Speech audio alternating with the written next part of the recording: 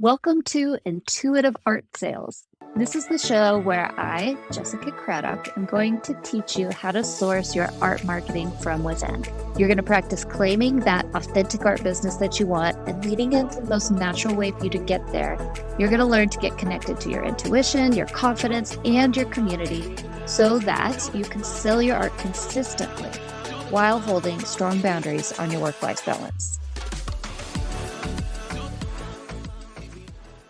Welcome back to Intuitive Art Sales. I am here with Ingrid Fraser, all the way from Scotland. She is an oil landscape painter who mostly paints about people's connection to the landscape, which often looks like through the eyes of Scotland and its history, understandably. She has been painting and exhibiting and saying that she is an artist since she left art school 17 years ago. Her art business isn't where it's fully self-sustaining yet, but she's proven that she can paint and she can sell it time and time again. But she doesn't feel like she's created a whole lot of momentum, especially since she's got a 3-year-old and a 6-year-old, and she's just kind of getting into that childcare phase. So that is where we are starting today. Welcome, Ingrid. How are you today? Hello, I'm good. Hi, Jessica. I'm so glad you're here. Okay, so where I like to start with these interviews, besides getting some little background information on you, is just letting you have the space to talk for a minute about what's going on with you. What's happening in your life and in your business at the moment? Okay, I am excited to have more time and more space to create than I have for quite a few years. I'm hoping that I'm getting to a stage where I can be a little bit stricter with myself in doing what I need to do and what I want to do and painting what I want to do and not what I think I should be doing or what I think will sell. I want to be more successful and I want to acknowledge the success that I've got and build on it. Great.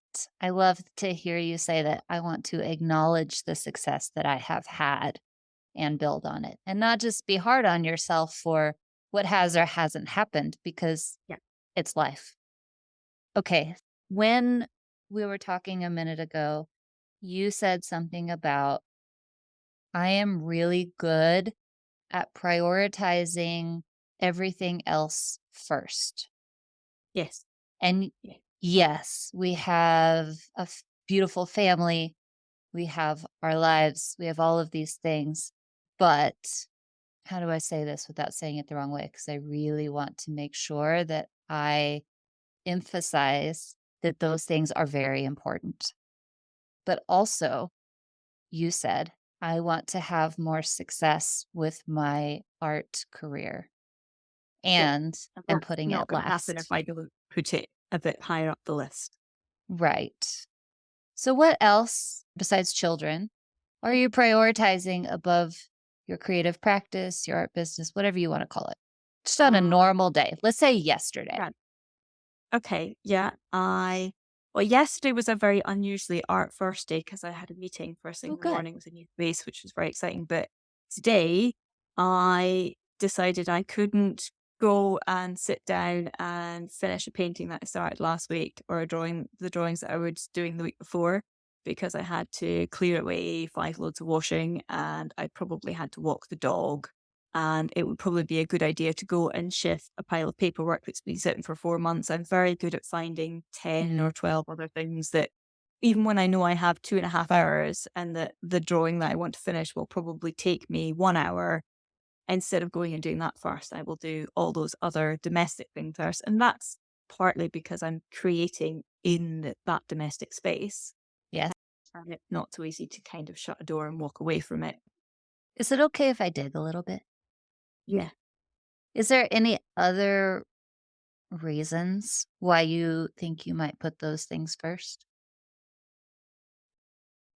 I don't know. I find if I'm in the middle of painting, I know where it's going, what I'm doing it for. If I say I've got a deadline or I've decided that I want to get these 6 paintings finished, before a holiday or before something else that's coming up, and I'm working on those 6 paintings all at once, I will stop feeding people. I will stop doing dishes. Nobody will get a walk. Nobody will get any interaction from me, and I will just go and do those things. But before I get to that point, I'm very good at procrastinating. The idea of sitting down and doing that drawing is going, well, I'm not happy with that drawing, and I don't think it's going to be what I want it to be, or I shouldn't be doing that drawing. I probably should have done something else. So there's always putting off the thing unless I'm right in the middle of paintings that I'm really enjoying and I know where they're going and how they're going to end up.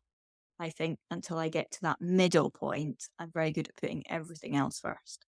And then it's Is an all it or like nothing. a fear of them not is that what I'm hearing? A fear of them not turning out the way you want them to, and so it's like a waste of time when I could be getting all these other things done? Is that it? Yeah, yeah. I think there's an element of that. I think there's also an element of a fear of if I go and do it, I'm not going to want to stop again. And then Oh. I'll just get frustrated as well. Just out of curiosity, do you relate to the term ADHD? Not particularly, but I'm not very good at terms. So, please don't think I'm trying to diagnose you because I don't think that I have nearly enough information to do that, nor am I a in any way qualified to do so. But I'm just hearing myself in you. And Yeah, when I get into a project and I'm in it, I can't do anything else. If someone comes down the stairs and asks me a question, I get so annoyed because I get pulled out of whatever I'm in. And I was there and it takes me so long to get back to it. And yeah, yeah, it's just that yeah, element of like that deep dive. But before that deep dive, you tell me to do something, I'm like, "I can't focus on that, I'm doing 800 different things." yeah. So, I was just wondering, and again, please don't think I'm diagnosing you because 'cause I'm not, and I'm not saying that you are. I just related to that. So, it becomes what I'm hearing is a matter of how can I balance that a bit better? I'm either going to put it off, put it off, put it off, put it off, or I'm all the way in it. Yeah, yeah. My structure to my week or my time does not fit my working method, definitely.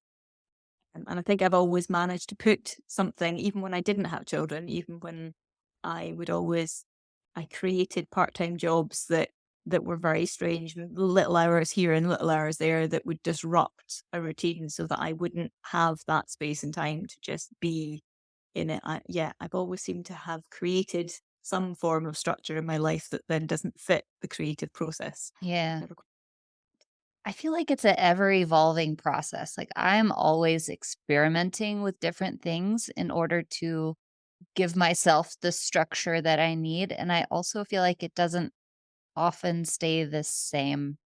Like I will fluctuate between different structures that will work for me for a while and then they'll stop working and then I'll go over to a different one and then I've never done it this way. Let's try it this way. So, do you think it would be helpful for us to maybe talk through how we could create at least a for now structure Yeah, to be yeah, able to yeah, get I don't even want to say more done because it's not about doing more. It's about having the time and the space to do the things that create that momentum that you're looking for. yeah, yeah. So actually, hmm, can we rewind just a bit before we go there? And you said, I've already had some success and I want to build on that. Can we talk about what that success looks like from your point of view? Like, what have you done that has led to success? Okay. Yeah, I think the things that I immediately think of is the fact that I have been painting for 17 years. And although I have some paintings in a store in my cupboard, the majority of those paintings have sold over the years. The, the people that have bought my work tend to have not just one painting, but four or five, and in some cases more than that, to the point that they're going, well, I actually cannot buy any more paintings. Um, But there is maybe 5 people or 6 people that are like that. I have sold to people that I have never met, and I have, I've put work down to London shows early on when I was just starting out, and that work has sold and not come back to me. I've had people come and ask me for commissions. I've had a couple of galleries take me on and do solo shows, but all of these things were kind of, yeah, we're Felt talking about like success. one-offs? Yeah, yes. Or when I have had a show, like if I think about one of the solo shows that I had, and that was a wonderful opportunity, and it was a really great thing to do. But when we got there, and when I had created all this work and kind of paid for the materials to do that and the framing, and then got that work there, the majority of people that then turned up to that show and bought work were people that I already had a connection with. Mhm.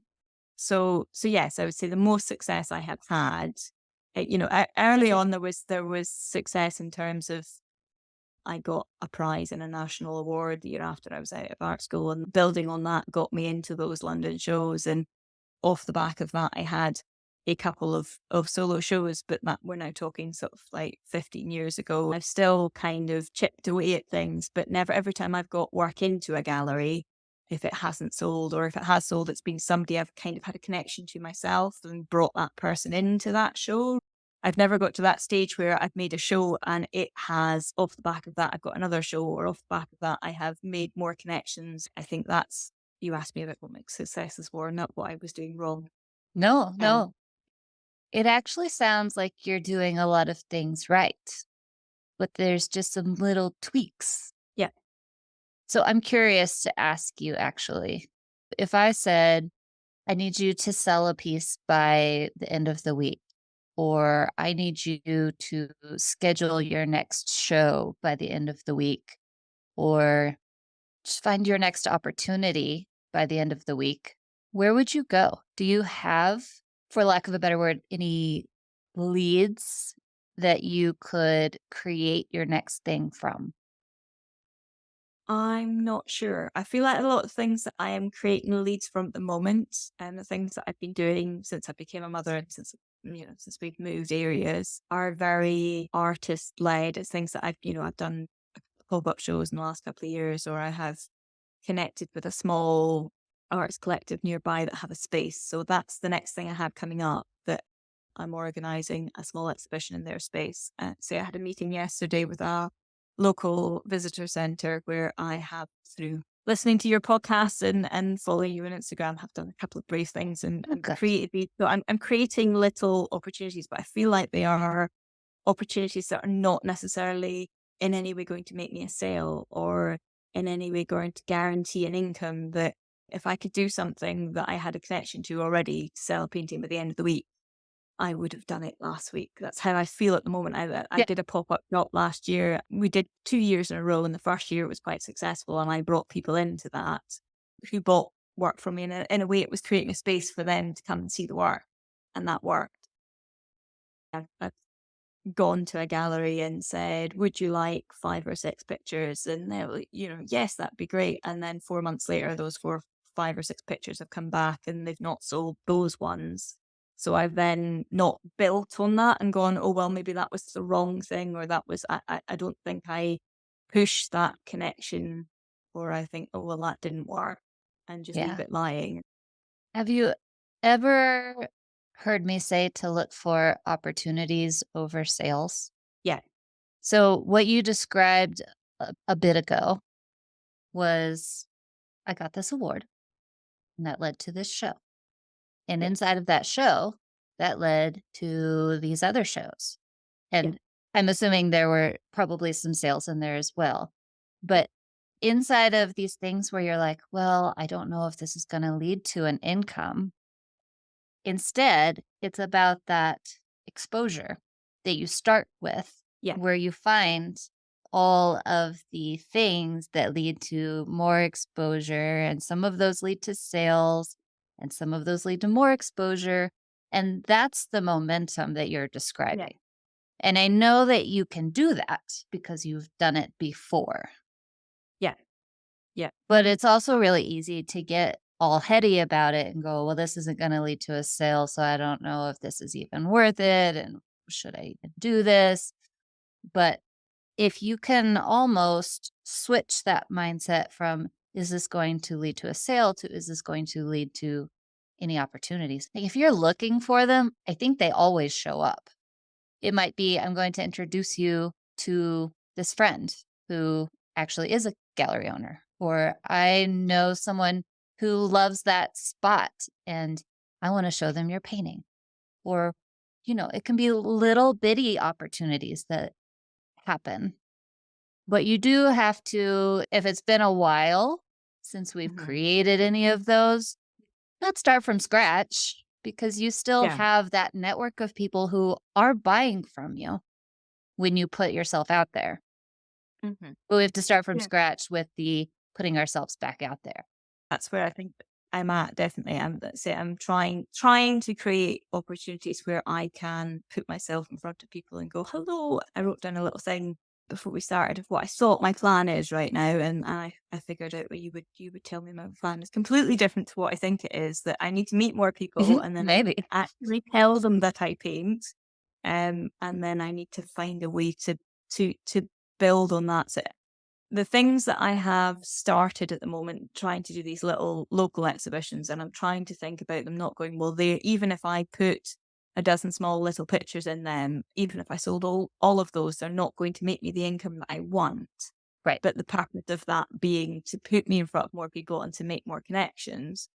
But I don't seem to know how I get from that point of me standing in front of somebody and going, "Ooh, I paint pictures," to them then coming to my next big show and buying a painting off of me because they feel a connection. I'm really good at doing that with people I know, but Mhm. I don't know how to then build that into finding more people that are not people I've known for a long time that I can comfortably do that with. Does that make sense? It makes perfect sense.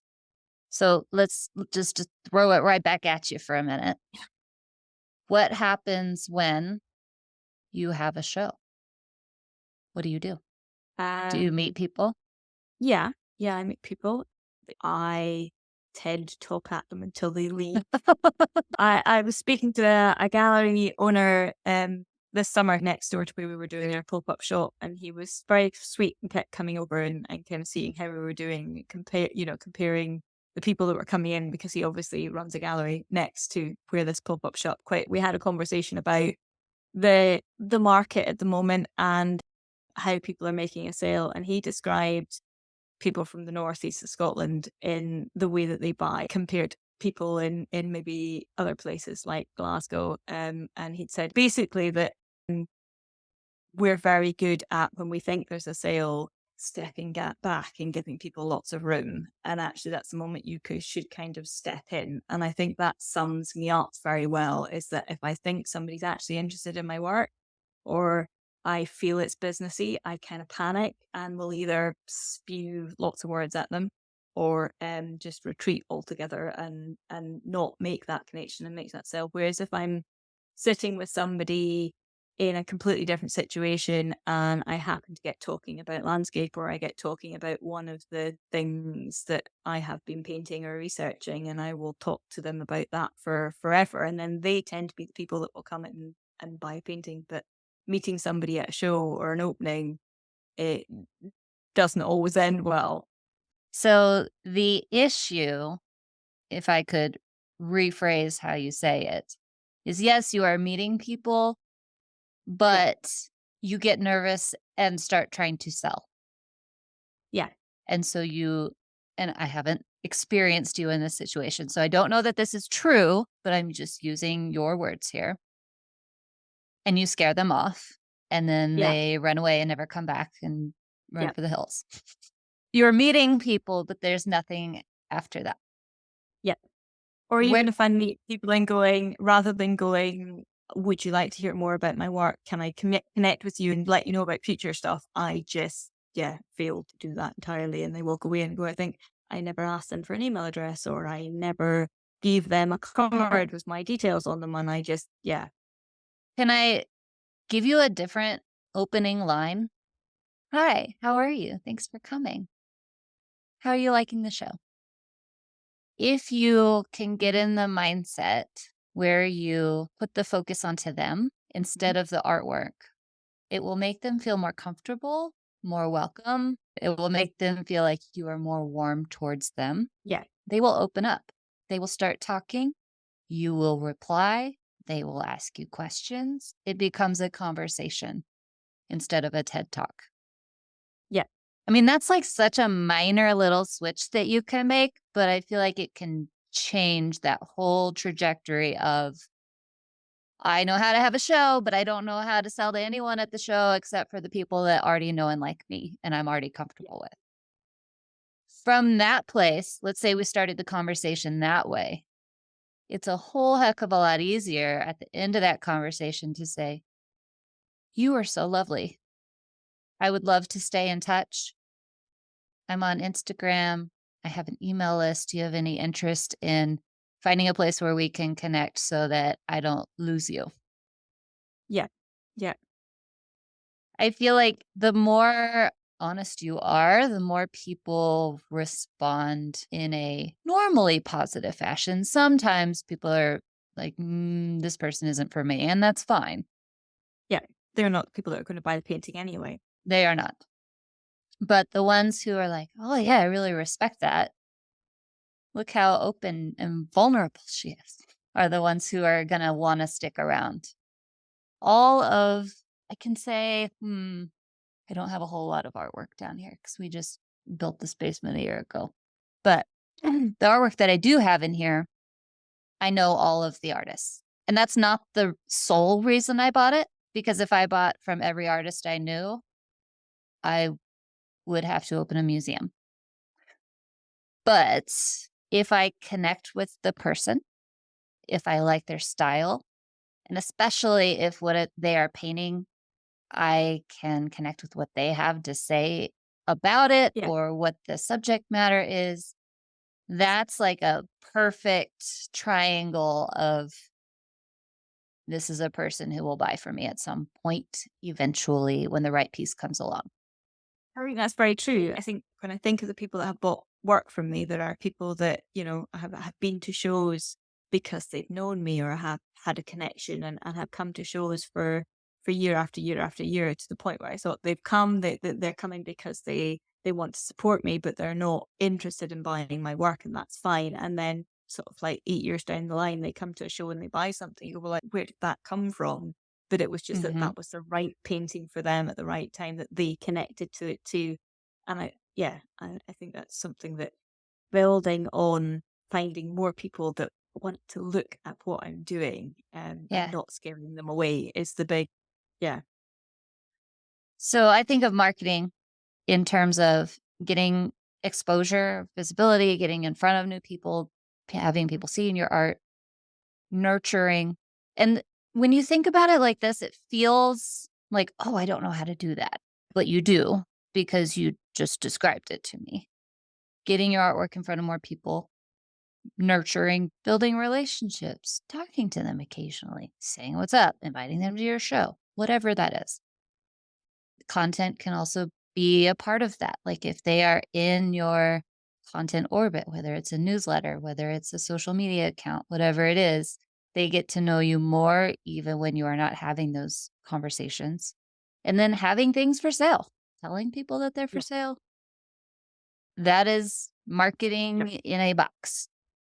I think that, yeah, we've kind of come full circle. I think that you've got down to the two things that I need to fix, or making time to make the work. And the more new Mhm. work I have, the more I want to talk to people about that work, and the more I want to show people that work because I have something new that I'm excited about. And yeah, actually building on the people that I meet, and making sure I make those connections work for me. Yes, make more Mhm. work, show it to people, and then don't run away scared when they're in front of that work, and actually talk to them or get them to talk to me rather than me talk back. Yeah. Let's think about it like that. Get them to talk to me Yeah, just by simply saying, how are you? What do you think? People love to give their opinions. They love to talk about themselves. Well, some people love to talk about themselves.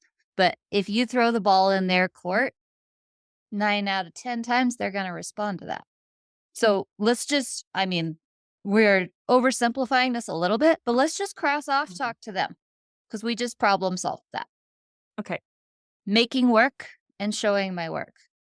So Yeah. those are your top 2 time priorities. I Yeah. mean, when it comes down to it, it sounds really stupid simple, but simple is good. But yeah. Great.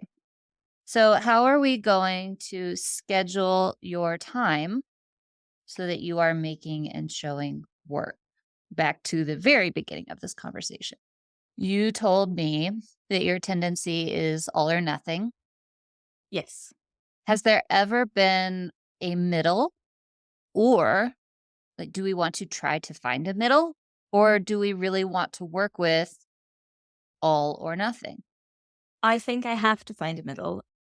I have recently saw there is a new funding thing in Scotland that was specifically aimed at mid-career artists that Mm, needed funding to dedicate 6 months purely and simply to creating work.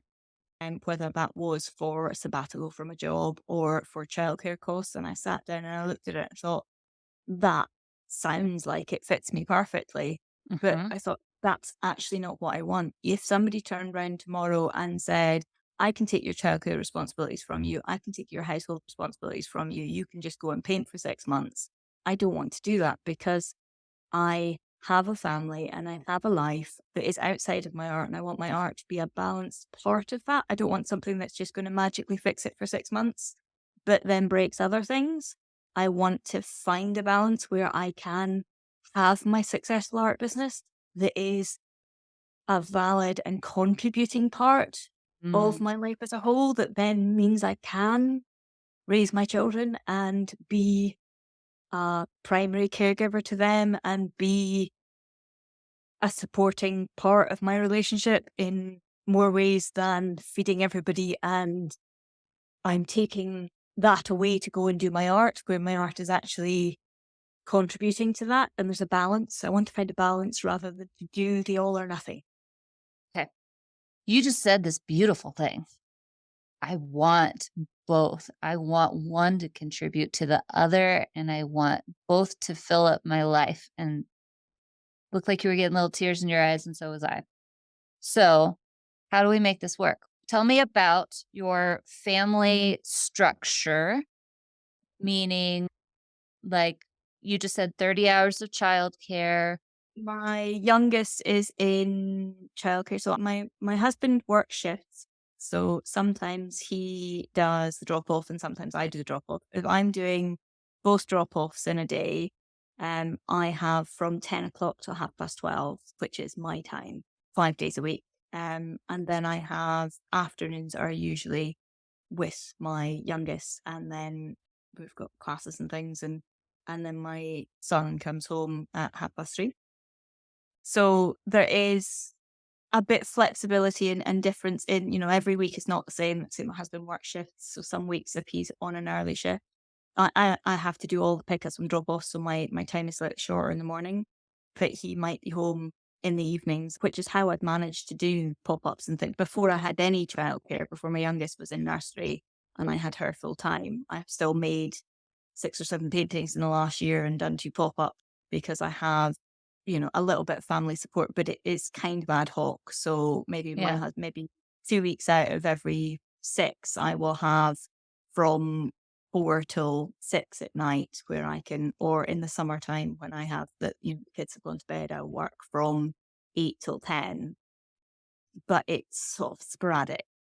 So the structured part is I now have mornings free, and it is Right. either from 9 till 12:30 or from 10 till 12:30, and that is my time. But for the last 6 years, the only creative time I've had has been once the children are asleep. I have always used mornings to walk the dog, do the dishes, do the housework. So I'm trying to flip that structure on its head and break those routines and go, well, the housework can sit for 5 hours and I can do that while the children are here, Right. and find that balance between spending time with them and having to do that stuff as part of the family rather than going, I've got 3 hours and there's nobody in the house, I can blitz this, and putting that time creatively first. I think I mean, the I other think you big know the element of that, answer. yeah, yeah. The other big thing to that is actually finding a space to work in. I think, say when we moved when I was pregnant with my oldest, so I have a space which I term my garden studio because at the moment it is not very usable in the wintertime. It's also my store. So if I've done quite a lot of paintings, if I'm working towards something, or if I need to do any framing or preparation for presentation, it has to be. I think yeah, that's a big drain on the time I do have. Any if I say, right, I'm going to spend the next 2 weeks, anytime there's nobody here, I'm going to paint. I spend the first 40 minutes clearing a space to work in, and then the last bit going, well, clear everything away and make it child friendly again. So having a space, making a space that is, or creating work that doesn't necessarily need so much put up and set down, whether that is setting the oil paints to one side and going, I'm just going to draw for the next 4 months. That seems to be the other element of structure I have to work out.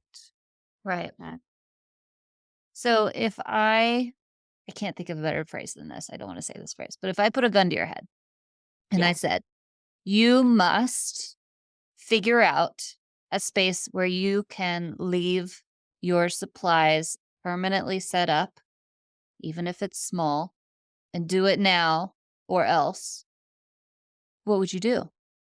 I would either put a lock on the spare room, or I would try and find the money to put a proper door on my garden studio so that I can use it in the winter time, which is my big problem at the moment. It is just in the winter when it's too wet and cold. But if I work in there, which I did last year because I had a commission to finish and I worked on it when there was a foot and a half snow outside, and the result Oh, was the majority of the paintings that were in there then started to go moldy. Either carving out space in the house and working on drawings would be probably a major thing, and making the space that I have usable in the winter, or insisting that the space in the house has to be mine and having to rejig things quite a bit to do that. if it is a matter of I have to start prioritizing myself to some degree, I really want to create momentum here. I have some time, not a ton, but I have some time that I can actually do it and I'm ready. Yeah, You have to have space. yeah, So yeah. which one is it gonna be? For the outside one. So I need to sell some paintings to be able to make it work. Okay. How are we gonna sell some paintings? I don't know. What kinda talk money to me? How much does a door cost? You said 2 paintings, but But yeah, I don't know how much door costs, but I'm assuming I could probably get a door and yeah, probably sort that space so that it is more usable with a couple of £1,000. okay. Well, that's one option. A couple £1,000 for a door. I'm assuming you're adding some other stuff in there. It just has a wooden door that opens and shuts, so I'll have to make a frame. I would have to get somebody to come and put a frame on it and put a door on it, Okay. which would then also put light in because there isn't a window. At the moment, it's a space that I paint in with thermals with the door open in the wintertime, or I use it as a store and take things out and paint outside from it, if that makes sense, Yeah. in the summer. But it is a space and it is mine, and it is just there. So it's somewhere that when there is nobody here, I can make myself a cup of tea and walk out, and in 5 minutes, I'm there. Nobody else goes into it. It's mine. Yeah. I'm gonna encourage you to until you sell 2 paintings, can we figure out a way? I mean, great, go sell 2 paintings tomorrow, but until we get there, we have things here like and I assume you have similar things, I don't know if they're the same, but like Facebook Marketplace where people put all their junk on there. You can find an old door Yeah. I can find or the fine. Habitat for Humanity, it's called the Restore, where they take old stuff. And actually, the one here is fairly expensive, but where they take old stuff and it's supposed to be quite a bit cheaper than buying it new. Like Yeah. thinking outside the box a little bit until you can do the solution properly because Yeah. I don't wanna wait until you have a show, and then you sell a painting, and then you sell another painting, and then it's winter time, and then you gotta find a contractor, and they won't come because there's snow and blah, blah, blah, blah, blah, blah, blah. Yeah. So, I know I'm really, again, oversimplifying this, but I'm just encouraging you, let's start thinking outside the box. How can we make this a reality today? Thing 2, so you said it's about the time and it's about having the space. We didn't solve the space, but we made progress on the space. Yeah. Yeah.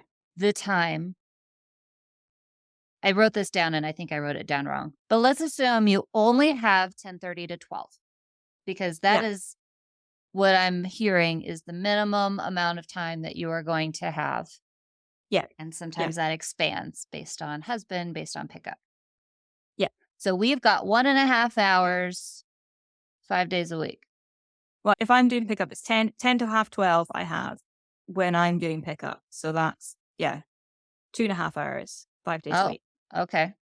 2.5 hours, 5 days a week is 12.5 hours. That's quite a bit of time. I know that the creative practice is funny. And sometimes you're like, okay, I'm going to go paint. I'm going to go draw now. And you go and you sit there and you stare at something until it's time to go.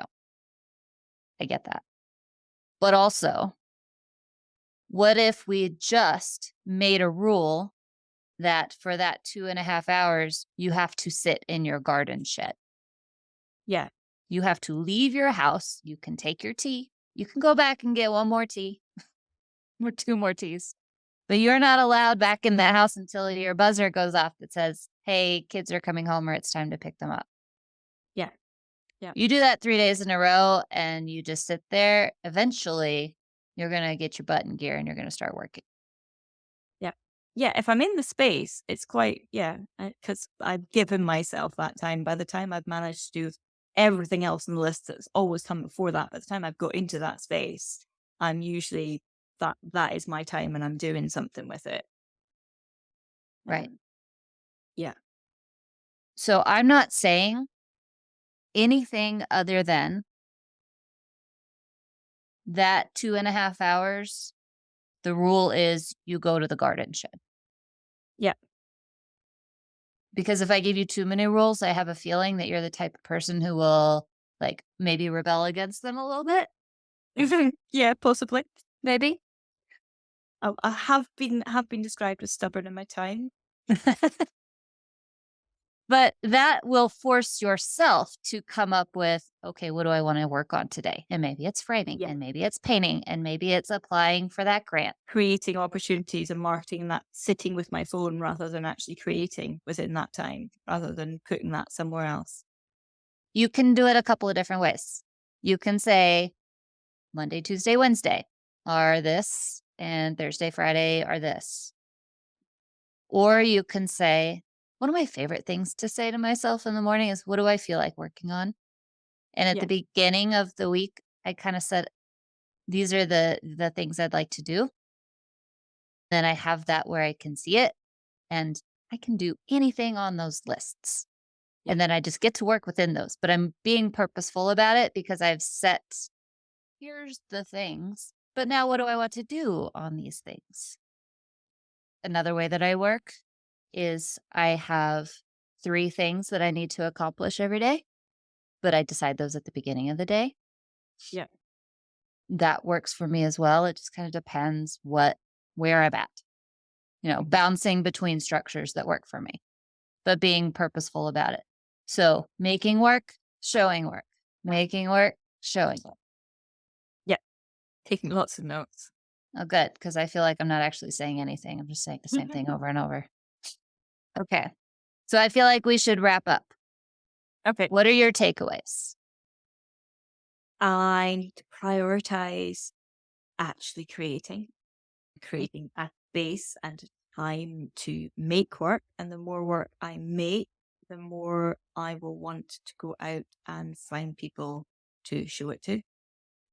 When I do have work in front of people, that I should let them talk to me and make connections that way rather than getting nervous and talking at them and then forgetting to make that connection work for me. that But it also open the conversation. Don't just sit there and wait. yeah, yeah. Okay. Anything else for you? Deciding that I need to use that as a studio this winter. I know we can find a door and I can find somebody that can fix that. I think Priority 1, make the space usable by next Wednesday. Today is Wednesday. You have 7 days. okay, That means okay. organizing it, cleaning it up. Like, doesn't have to be Pinterest worthy, just has to be usable. Yeah, yeah. Priority 2 is 10 to 12:30, whatever it is. You sit in that garden shed. Use the time, use the space, and use the time. And if you're like, man, I really want to paint, great, paint.